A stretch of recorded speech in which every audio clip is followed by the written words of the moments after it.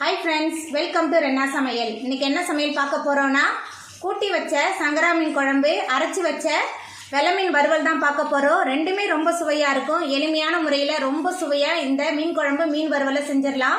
அந்த சுவையான சங்கரா மீன் குழம்பு வெலை மீன் வறுவல் எப்படி செய்கிறதுன்னு வாங்க பார்த்துடலாம்.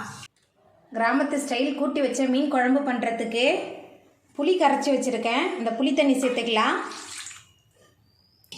அதுக்கப்புறமா 1 ஸ்பூன் மஞ்சத்தூள், 3 பச்சை மிளகாய் சேர்த்துடலாம். நான் 2 தக்காளியை மிக்சியில் சேர்த்து விழுத அரைச்சி வச்சுருக்கேன். தக்காளி விழுது சேர்த்துடலாம். அரைக்கிறதுக்கு பதிலாக நீங்கள் கையால் கூட மசிச்சு சேர்த்துக்கலாம். அதுக்கப்புறமா குழம்பு மிளகாய் தூள் 2 டேபிள் ஸ்பூன் சேர்க்குறேன். உங்கள் சுவைக்கேற்ப நீங்கள் சேர்த்துக்கோங்க. அதுக்கப்புறமா உப்பு சேர்த்துக்கலாம். சேர்த்துட்டு எல்லாத்தையும் கையாலேயே நல்லா கலந்து வச்சிடலாம். ரொம்ப சுவையாக இருக்கும் இந்த கூட்டி வச்ச மீன் குழம்பு. புளித்தண்ணி, தக்காளி எல்லாத்தையுமே சேர்த்துட்டு நல்லா கையால் நல்லா கலந்து விட்டாச்சு. இப்போ உங்களுக்கு எவ்வளோ குழம்பு வேணுமோ அந்த குழம்புக்கு தேவையான அளவுக்கு தண்ணி சேர்த்துக்கலாம். தண்ணி சேர்த்த பிறகு எல்லாத்தையும் நல்லா கலந்து விட்டுறலாம். கிராமங்களில் பெரும்பாலும் இப்படி தான் கூட்டி வச்சு மீன் குழம்பு பண்ணுவாங்க. நீங்கள் முத மீன் குழம்பு வைக்கிற மாதிரி இருந்தால் எல்லாத்தையும் இதே மாதிரி சேர்த்து நம்ம கலந்து விட்டுட்டு நம்ம அடுப்பில் வச்சு செஞ்சோமா சீக்கிரமாகவே இந்த மீன் குழம்பை செஞ்சு முடிச்சிடலாம். நம்மளோட மீன் குழம்புக்கு ரெடி பண்ண கலவை ரெடியாக இருக்குது. இப்போ மீன் குழம்பு எப்படி பண்ணுறதுன்னு பார்த்துடலாம். கூட்டி வச்ச கிராமத்து மீன் குழம்பு பண்ணுறதுக்கு 2 டேபிள் ஸ்பூன் அளவுக்கு எண்ணெய் சேர்த்துடலாம். எண்ணெய் சூடாயிட்டு இதில் 1 ஸ்பூன் அளவுக்கு கடுகு சேர்த்துடலாம். கடுகு பொரிய ஆரம்பிச்சிருச்சு. 1.5 டேபிள் ஸ்பூன் அளவுக்கு வெந்தயம் சேர்த்துடலாம். கடுகு வெந்தயம் நல்லா பொரிய ஆரம்பிச்சிருச்சு. 15 சின்ன வெங்காயம் பொடியாக நறுக்கி வச்சுருக்கேன். சின்ன வெங்காயம் சேர்த்துடலாம். வெங்காயத்தை சேர்த்துட்டு நல்லா வதக்கிடலாம். கருவேப்பிலை இருந்தால் கருவேப்பிலை சேர்த்துக்கோங்க. என்கிட்ட இல்லை, அதனால் நான் சேர்க்கல. வெங்காயத்தை சேர்த்துட்டு நல்லா வதக்கிடலாம். வெங்காயம் நல்லா வதங்கி வரணும். கூட்டி வச்ச மீன் குழம்பு ரொம்ப சுவையாக இருக்கும். 10 நிமிஷத்தில் செஞ்சிடலாம். வெங்காயம் நல்லா வதங்கி வந்துருச்சு.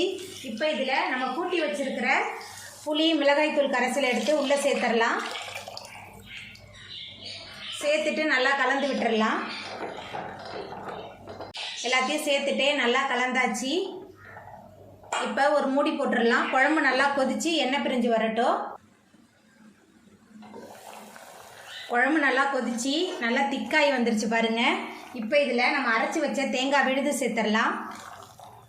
தேங்காய் விழுது சேர்த்துட்டு நல்லா கொதிக்க வச்சிடலாம். தேங்காய் சேர்த்துட்டு குழம்பு நல்லா கொதிக்க ஆரம்பிச்சிருச்சு. இப்போ இதில் நம்ம சுத்தம் பண்ணி வச்சுருக்க சங்கரா மீன் சேர்த்துடலாம்.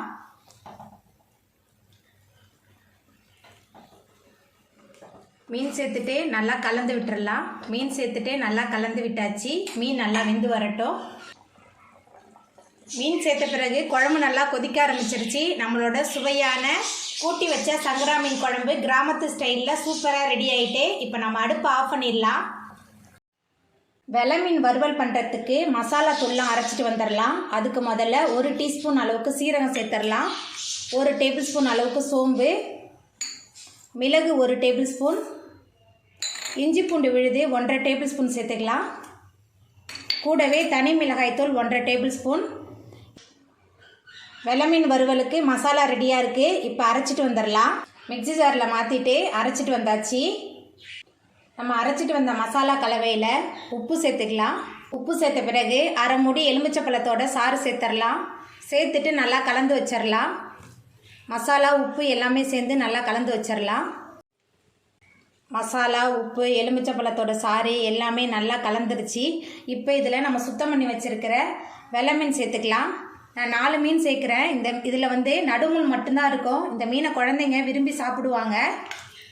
இது 4 மீனுக்கான மசாலா தான். மசாலா சேர்த்துட்டு இந்த மீனோட எல்லாத்தையும் நல்லா தடவி வச்சிடலாம். நம்ம அரைச்சி வச்ச மசாலாவில் மீன்லாம் சேர்த்து நல்லா தடவி வச்சாச்சு. இது 1 மணி நேரம் நல்லா ஊறி வரட்டும். அப்போ தான் நல்ல சுவையாக இருக்கும். பாருங்கள், 1 மணி நேரம் ஆகிட்டு நம்மளோட மீன்லாம் மசாலாவில் நல்லா ஊறி வந்துருச்சு. இப்போ நம்ம மீனை பொரிச்சு எடுத்துடலாம். மீன் பொரிக்கிறதுக்கு அடுப்பில் தோசைக்கல் வச்சுருக்கேன். தோசைக்கல் மேலே கொஞ்சமாக மீன் பொரிக்கிறதுக்கு எண்ணெய் சேர்த்துருக்கேன். இப்போ நம்ம மசாலா தடவி வச்சுருக்கிற மீனை தோசைக்கல் மேலே வச்சிடலாம்.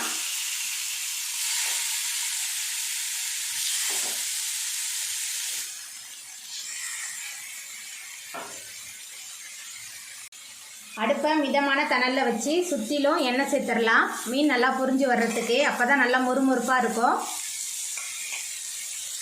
நம்ம அரைச்சி வச்சு செய்கிறனால இந்த மீன் ரொம்ப சுவையாக இருக்கும். பொரியும் போதே நல்ல மணமாக இருக்குது. மீன் ஒரு பக்கம் நல்லா பொரிஞ்சிருச்சு, அடுத்த பக்கம் திருப்பிடலாம்.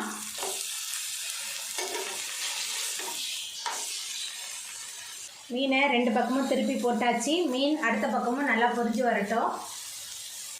மீன் 2 பக்கமுமே நல்லா பொரிஞ்சு வந்துருச்சு. இப்போ நம்ம இதை எடுத்துடலாம்.